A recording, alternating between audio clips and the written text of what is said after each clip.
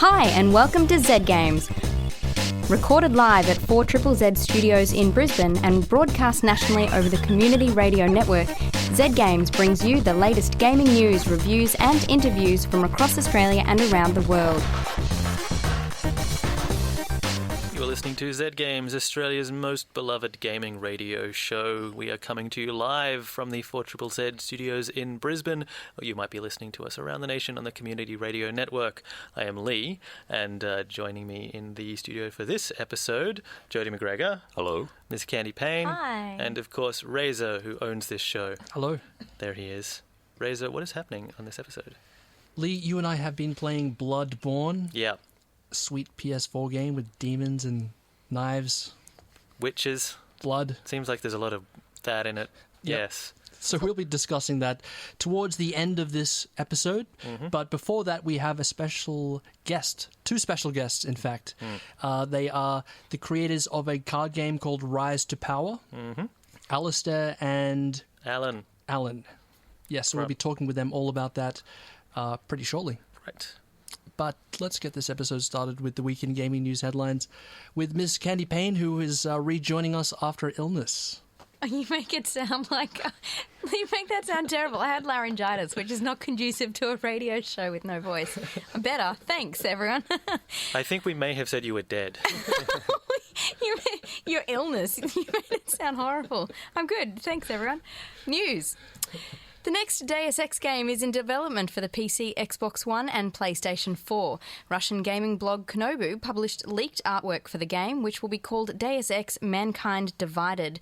No official confirmation has come from publishers Square Enix, but the most recent tweet on the official Deus Ex Twitter account invites fans to view a live stream this week that will unveil the future of Deus Ex. That's big news. Yeah, it is. I saw the cover of the next issue of Game Informer has a new Deus Ex game on the front of it. Mm-hmm. You play Adam Jensen again, that's all I know. Yeah, and that's a big thing, though, because this is the first one that has had a repeat protagonist. The first two games were... The second one was a sequel, but you were playing a new guy many years later. So this is... what do you think of this idea, Jody? I mean, there's nothing to go on. Well... From what I understand, the ending of Human Revolution was up to the player, right? It was the kind of ending where you could choose from a whole bunch of different things that radically altered the future of the entire world and the main character. So it'll be interesting. There were 4 buttons in a room, and each one was a different ending. Yeah. So which button is going to be the canonical one for the next game? Will you carry over your save like in Mass Effect, or will they just pick one and say, "Nah, it was the red button, everybody.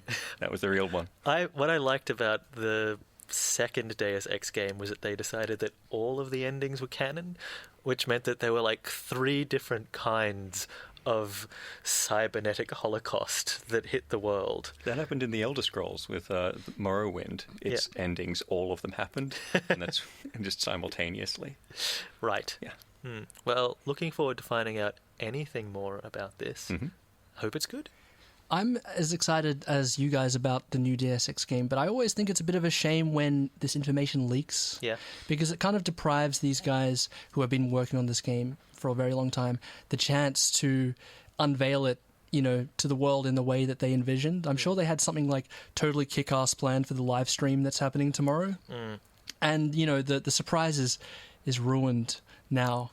But isn't this more like the invitation has gone out to the surprise party? And now more people can come in to experience the surprise.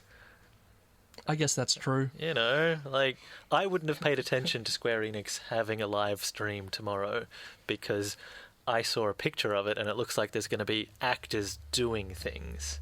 I would never watch that, especially if it's like people pretending to be doing something from a video game. Awful. I'd watch it. Yeah, well, you know, you got nothing else to do.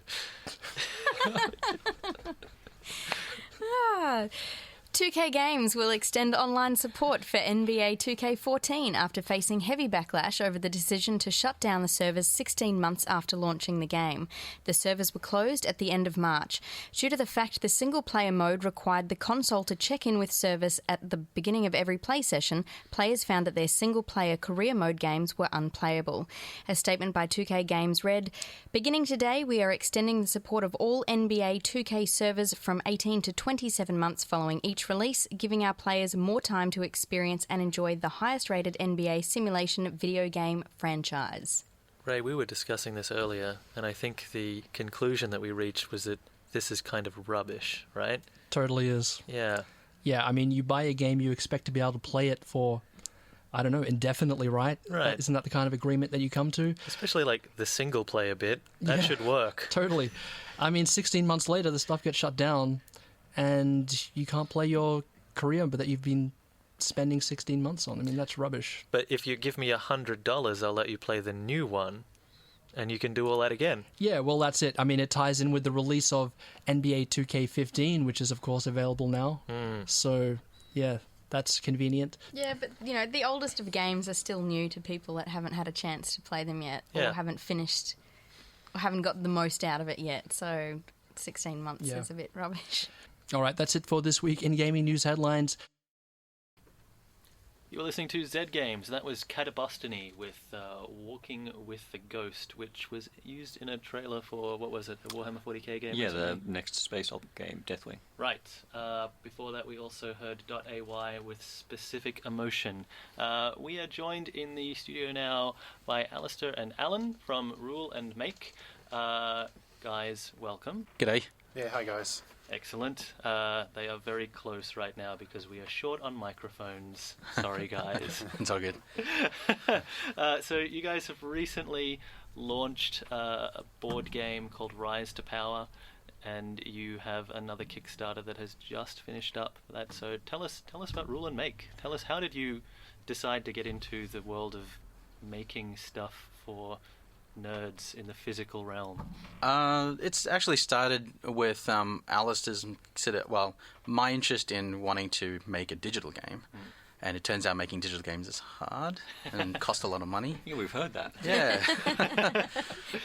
So as I was living overseas and had access to some really awesome talents for very affordable rates.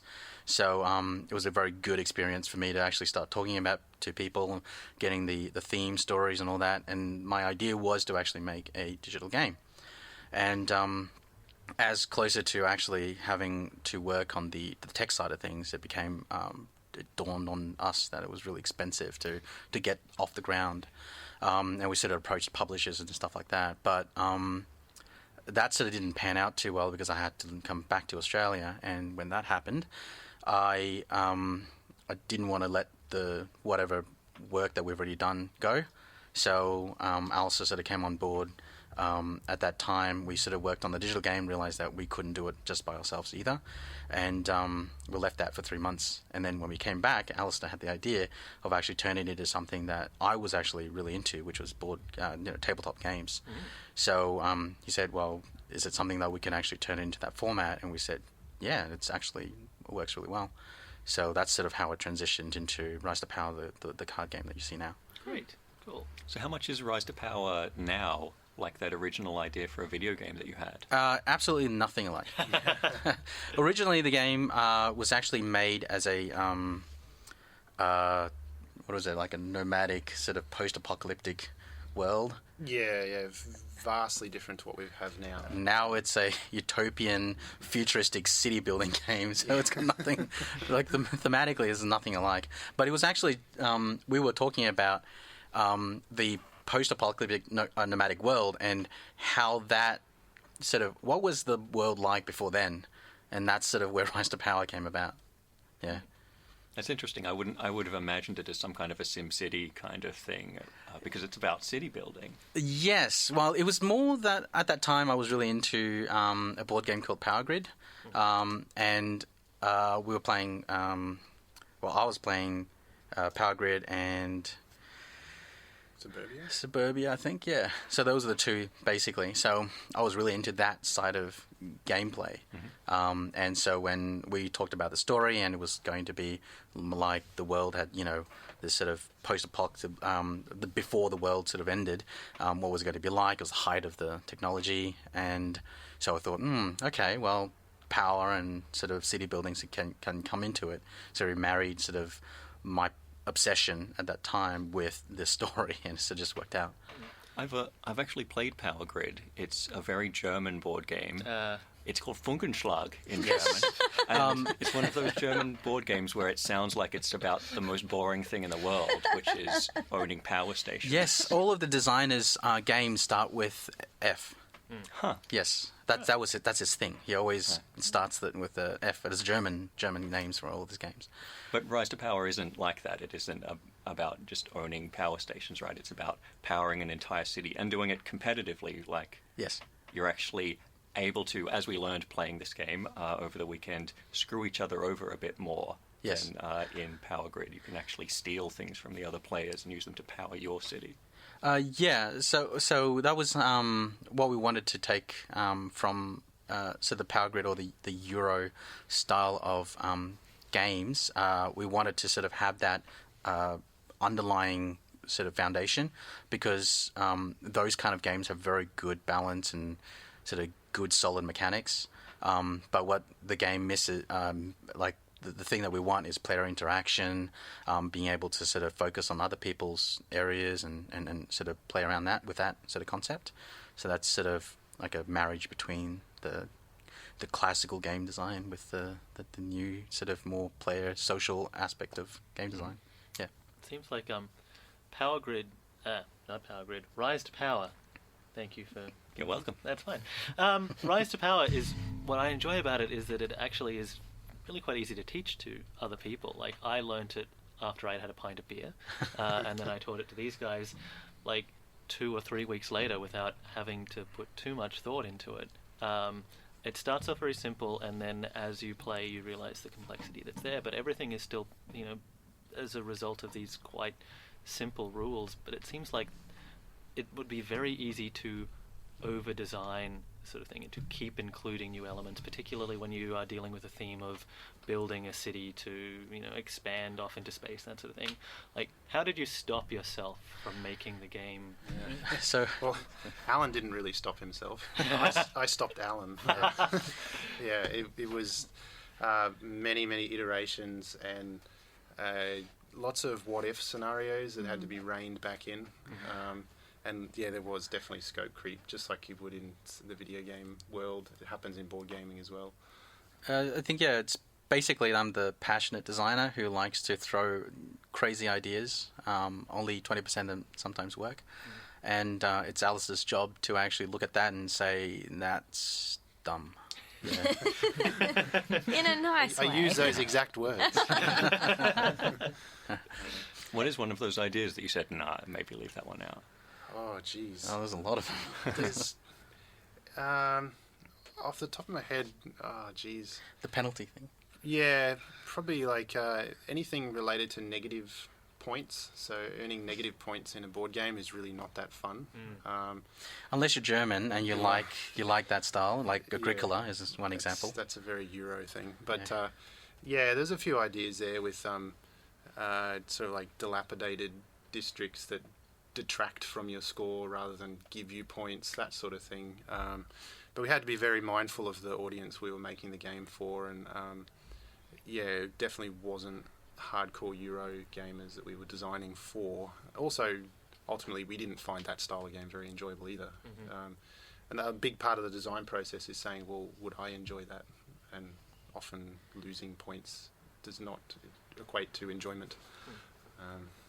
One thing I noticed too is that you have 3 or more players or 2 or more players sort of building their cities side by side, and there is a competitive element to it, but the disruption that you can impose on the other player is quite limited. Like, you can't actually screw someone over in a totally dramatic way. I guess that was a conscious decision as well to keep the game fun. So I guess this is a nice sort of... it's a game concept called game state entropy, whereby you want to make sure that when you make a game that there are certain things you can hang on to, like when you power a district in our game, it's powered and that you keep that score. It's locked in, essentially, so that people feel like there's always a sense of progression in the game. Worst would be if another player can just say, I play a card, and that destroys all the districts you've got, and now you got to build it back up again. And so we were very conscious about sort of making choices as to what kind of player interaction you can have in the game that feels like it is throwing a challenge to the opponent, but still gives opponent a level of agency to how you could actually react to that challenge. And on that note, now, I'm sometimes known for using this show for very selfish purposes. So I'd just like to take this opportunity, speaking with the creators of this game, to clear up a dispute that Lee, Jody, and I were having over the rules while we were playing earlier this week. Now, I had a card, like a contract, and it had on it, I think the ability was target a player. They must, what was it, Lee? Do you remember? It was They must choose to discard a contract. Or I get to power up a contract. Yeah. Now, Jody was the player I targeted, and he didn't have a contract available. Does that make him an ineligible target? Before you answer, what do you guys think? I'm assuming there's lots at stake here. Pride, beers, various things. That were, Blood. We determined, Jody and I, that in this case, the point was that the target player must choose, and therefore if they couldn't choose because they didn't have a contract, then they were ineligible as a target. Ray did not agree with that. I thought that the emphasis was on target, so my responsibility was to target a player, and if he couldn't fulfill that action, then that didn't matter. See, he saw this obvious opportunity to get a freebie out of this. Yeah. Whereas we assumed that the game was made by fair-minded people. So ultimately they sided against me, and I resigned to that. But I'd like to hear it from you guys.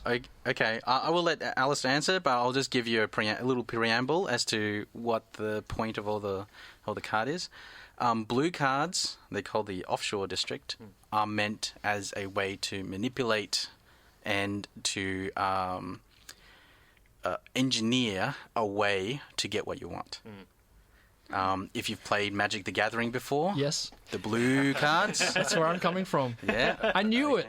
And so I'm liking the way this is going. Yeah, Alistair. Well, Alan and I both, in a previous life, mad keen Magic the Gathering players. But basically, the player's presented with two options. In this case, either to discard a contract or let the challenging player or the player that played the card power a contract. If you can't discard a contract, then you must do the other one. Ah, okay. And that was definitely by design. Yes. It's a strategy in that card. Now, at the time that we were discussing this, I said that if you guys are wrong, then you had to publicly apologize to me live on radio. Right. So, guys, please. Yeah. Ray, we're sorry from the bottom of our hearts. You can have those 3 points. Do you also agree that perhaps I would have won the game if that rule had have turned in my favor? Oh, hell no. No, you had no chance. I had so many points more than you.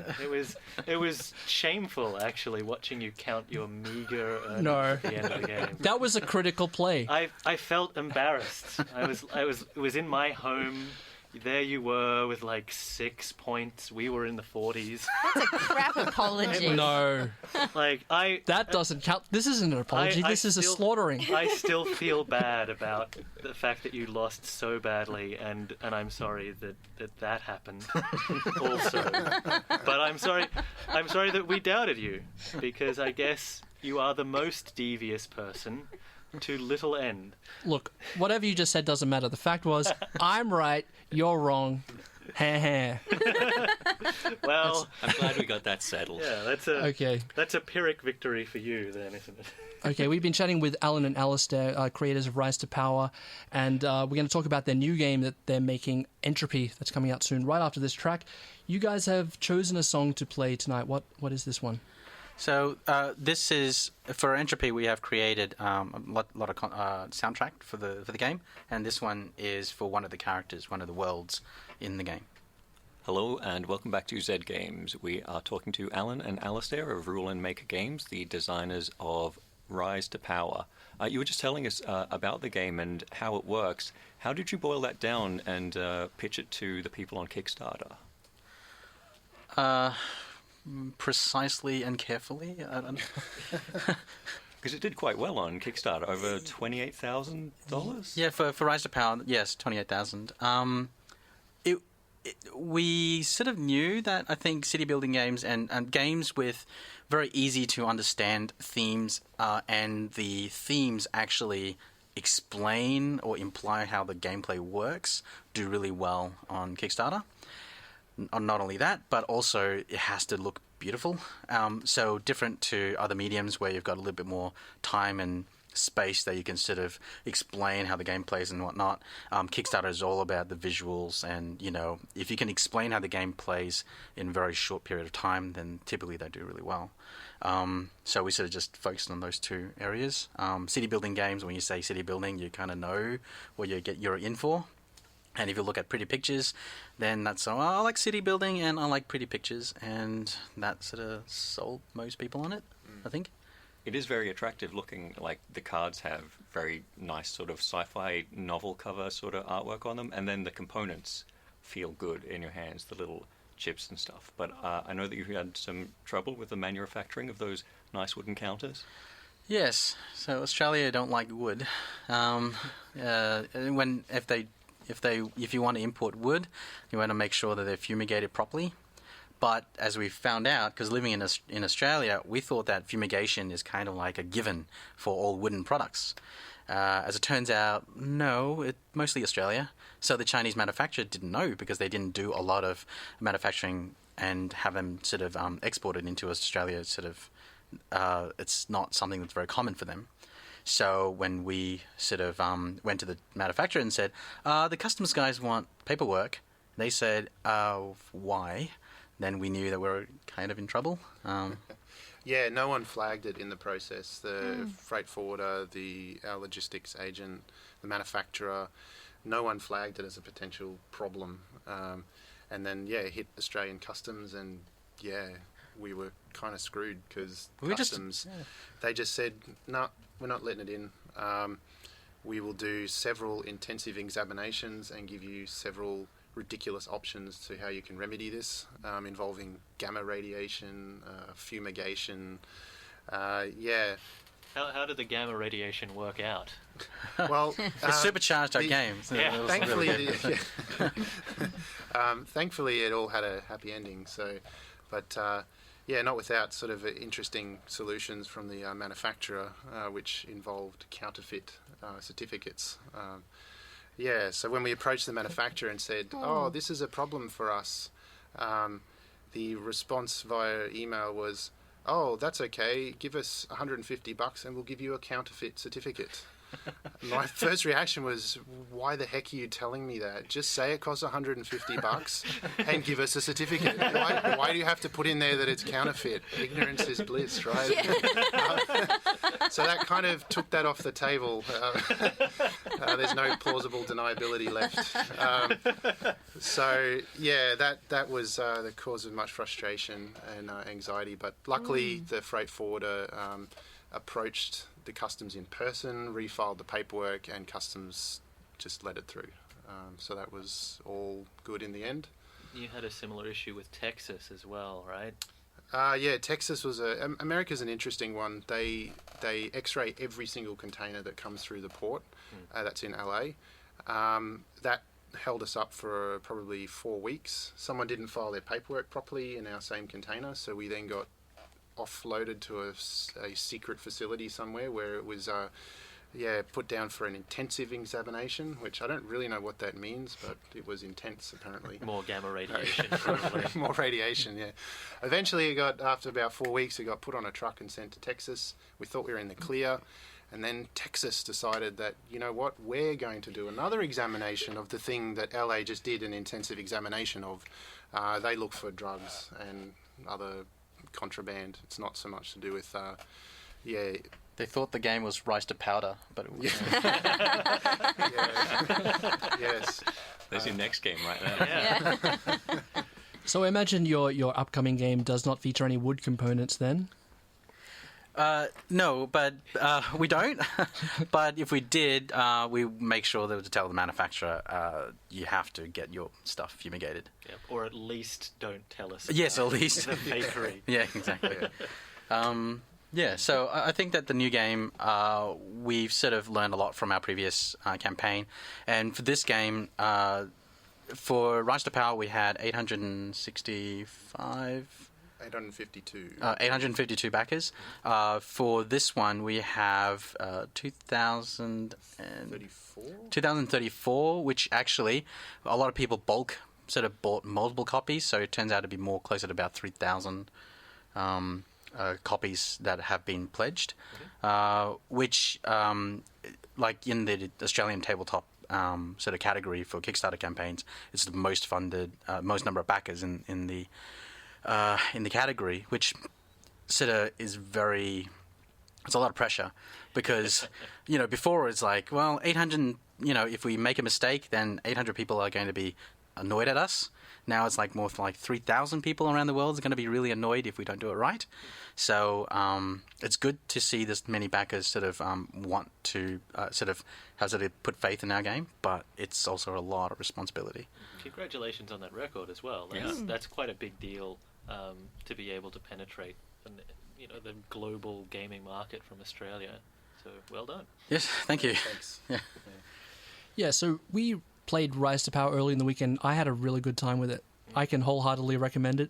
If you like city building, if you like being a little bit of a cheeky bugger, strategist. Yeah, you could call it a strategist. Let's not call Ray a strategist. That's stretching. Let's just call Ray clutching at straws to win. Yeah. It's cool. It kind of it takes like the essential elements, I think, from games like Age of Empires, where you're building a city, and Monopoly, where you're acquiring assets and that. So I had a really good time with it, and looking forward to the next one. So if we want to either get Rise to Power or looking forward to your next game, Entropy, where can we head to get more information? You can go to our company website, www.ruleandmake.com, and you should be able to pre-order both games over there. Guys, thanks so much for appearing on the show today. It's been a pleasure, and best of luck with the launch of Entropy. Thank you. Thanks very much, guys. Welcome back, lovely listeners. This is Z Games. We were just listening to Voyager by Jasper Byrne. And now you guys have been playing Bloodborne. Who's been playing that? Razor, Lee? Yep. Tell us a little bit about it. So last week when we discussed it, Ray, you were kind of on the fence. You weren't really feeling it, were you? Yeah, that's right. The insane difficulty was a factor. Frustration was the main emotion that I was feeling. I was having a bit of trouble with rage. Yeah. Intense feelings of anger. Yeah. And I actually permanently quit, permanently in inverted commas. How many times did you permanently quit the 6 game? or 7 times. Yeah, okay. Yeah. And then the one big one. Yeah. The one big time I quit, I just put the controller down and I didn't touch it for a good 2-3 hours that time. Yeah, all right. Seriously. Yeah, you meant business. So, what is it? What is it that you're playing that has brought upon all of these emotions in, like, how many hours have you been playing? I don't know at this point. I can't remember. Well, with all of the quitting in between. Time fades away when you're playing. So it's by From Software, who made the Dark Souls games. It is a similar sort of thing where you are in a very bleak environment. You're isolated, and everything is a terrible monster that's trying to kill you. In this particular case, you're a Victorian-ish gentle person who has come to the city of Yharnam in order to deal with a blood deficiency that you have. But when you get there, you're given some kind of creepy werewolf blood transfusion and then abandoned and then asked to bare-knuckle box a werewolf to death. That's the first thing that you do. You wake up and you have to punch a werewolf out. And then it's just hunting monsters that are increasingly creepy. Yeah. Everything is super creepy. It's like this whole village, everyone is out. And they're out and about with pitchforks and torches, hunting possibly you, because everyone is trying to kill you, but you're the hunter and you have to kill them. So are you a werewolf? You're a guy in a hat. Maybe you're a werewolf eventually. We don't know. But there are a lot of werewolves around, and the people who are also in this village who are clearly very sick are definitely turning into giant wolf creatures. Yeah. So like the Souls games, each fight, each individual battle is something that could go either way. Even if you're at the top of your game, you can still lose to a rat or just a guy with a sword, right? That's right. Yeah, it's very much focused on the minutiae of combat, the subtleties, the moments in between when you're striking. Most other games have you like just clearing out trash, packs of baddies you go through, and then after each fight, maybe there's an autosave, so you don't have to do that again. Here, each enemy, from the tiny crow sitting on the ground to the beasts that are within the caves, each one of these could be a fight that knocks you out. And if you die, you're returned to the last checkpoint, which could be a long way back, and you have to basically go through again. All of the bad guys, except for the bosses, are reset. Now, you are shaking your head because that sounds like that's awful. And initially it feels like overwhelmingly cruel. But the purpose of a Souls game or Bloodborne is that you have to... You start off knowing nothing about the world and your environment or your own capabilities.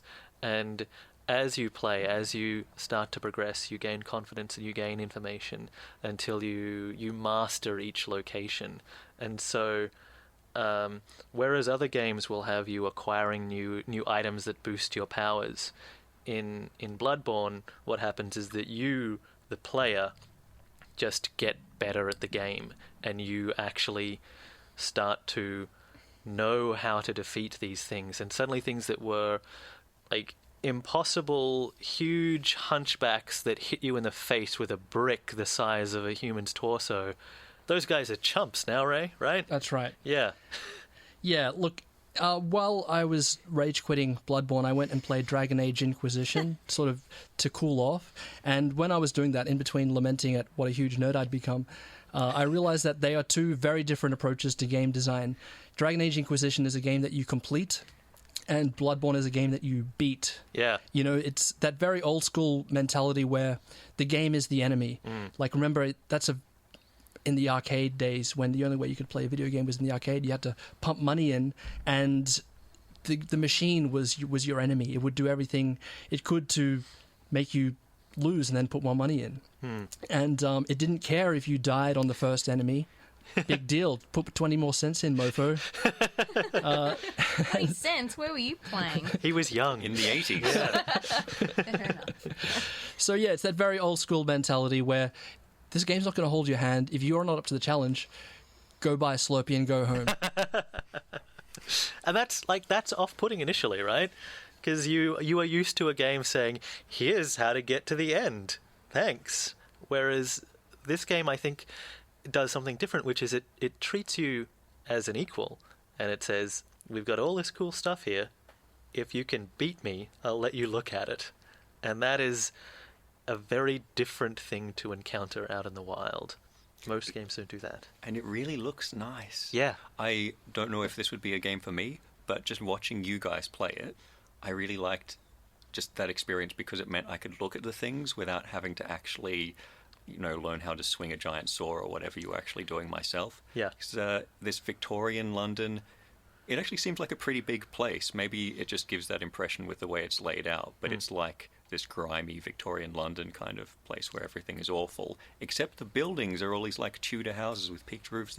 The architecture's really nice. Yeah. Somebody put a lot of effort into that stuff in a game about stabbing werewolves. Well, that's one of the cool things about what From Software do, which is that the landscape and the environments are such a big feature because you have to see them over and over again. So they have to be a place that you still want to inhabit, even if it is incredibly cruel to you. And so Yharnam, like their other games, is... Sorry. Thanks, Siri. Siri doesn't know what we're talking about.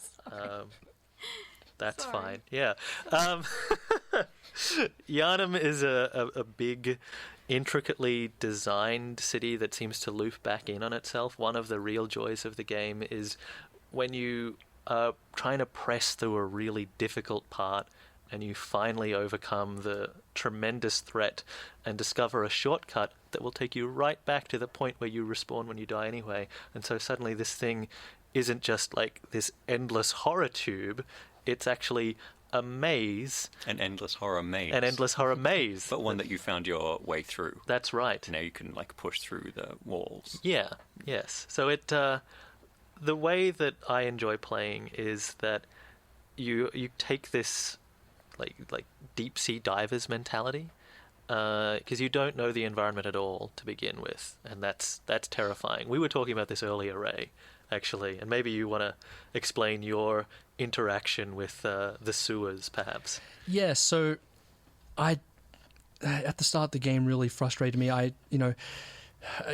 Each baddie killing me all that time was really scary, but eventually I persevered. I got through it, and I got to the point where I had killed every single baddie on the map. Yeah. And I felt so good, I felt like I'd conquered this, but I didn't know where to go next. So, and this is perhaps like a little bit of a cool allegory for the way the game is. There was this one pit that I didn't want to go through because it was just too scary, and because there was like a little shiny in the middle where that a piece of loot that was taunting you, saying, "Hey, come pick me up." But then there were all these bodies on the ground that were obviously going to come to life the minute you step foot in the pit. So I'd always like run through. Now, it turns out that the place that I was most scared of was the place I had to go. And so that was the way forward, to go face my fear, go into that nasty pit and go through. And as soon as I found like an unfamiliar environment. And as soon as I pushed forward to this place that I hadn't been before, all of a sudden I went from feeling like the god of this game to a pathetic little worm who didn't know where he was going. I just had all of that comfort taken away from me, and I just felt like overwhelming dread at what lay ahead. And the thought of dying at that point was almost unfathomable. But that's part of the fun. Yeah. Yeah. I love how you can say all of that, and be full of dread and terrified and feel like a pathetic little worm, and then say that's all part of the fun, all in the same sentence. Yeah. Like it sounds fun. It's the kind of thing I would enjoy, but you just sound genuinely terrified. Oh, it's terrifying. It's a horror game. I mean, the baddies in it are horrible. They're awful. There's werewolves that Lee described earlier, but there's also like these beasts that you just can't describe with words. You have to view them. They're horrible. Yeah, it does a really good job of impressing this sense of dread upon you. The other games in this pseudo series often felt bleak. The last one felt like a world that was just disintegrating around you. This one feels like a place that is actually sick. Everything is kind of wet and shiny, and there's this emphasis on blood. Like, blood is what you use to heal yourself. You actually like pump, you inject yourself with healing blood. Blood sprays out everywhere, and there's just something wrong and nasty about it. It's difficult to describe on air, but it's a fascinating thing that they have done. Just everything about it is sick and wrong, and yet at the same time it's an era and art style where there is a great deal of detail and filigree on everything, and so many of these church spires on every single object, and these wonderful gates and fencing, everything. Like, it's gorgeous if it weren't like the worst possible place in the world. Yeah. Yeah, it's really quite a good looking game. When you get up close to things, you notice the detail. On one of the monsters, that's a hairy monster. I noticed that, like from Great afar, description. it looks like just this abominable snowman thing. But once you get up close, all of the hairs are animated and they kind of sway around individually. It was quite striking. Yeah. So that's Bloodborne, which is on the PS4 right now. It's the reason I bought a PS4, and it's the reason I'm really happy about owning a PS4. This is everything I had hoped it to be. It improves upon the formula of the previous games and adds a great deal of new concepts. It's a lot faster and requires you to be a lot more aggressive than the other games, and I like that switch up. Bloodborne is for me, but I'm already a fan. Ray, what about you? I wasn't so much a fan of Dark Souls 2 or Demon Souls, only due to the fact that I bounced off them really quickly. Mm-hmm.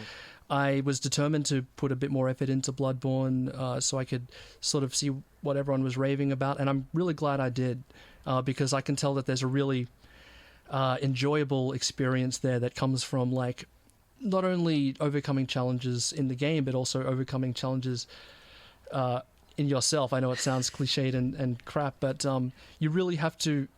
The game asks so much of you, and you're forced to step up. Yeah. And that's experience as well. And on the other side of it, this game has made me feel the most intense emotions that any other game has ever made me feel. Like, when someone dies in a storyline, and it's sad and stuff. But I felt real rage during this game, real disappointment. Those were actual emotions that I was feeling, and hats off to those guys. Mm-hmm. It's great. Yeah, but then also that sense of satisfaction when you finally do defeat someone who has repeatedly tormented you, like that's like nothing else. And I don't think any other game can really give you that weird sense of taking the whip off your oppressor and swinging it back against them. That is Bloodborne. That's a PS4 exclusive that's available now. This has been Zed Games. Thanks so much for tuning in today. It's been a pleasure bringing the show to you, and big thanks to our guests, Alan and Alistair, for appearing on the program as well. See you guys next week. Bye. Bye.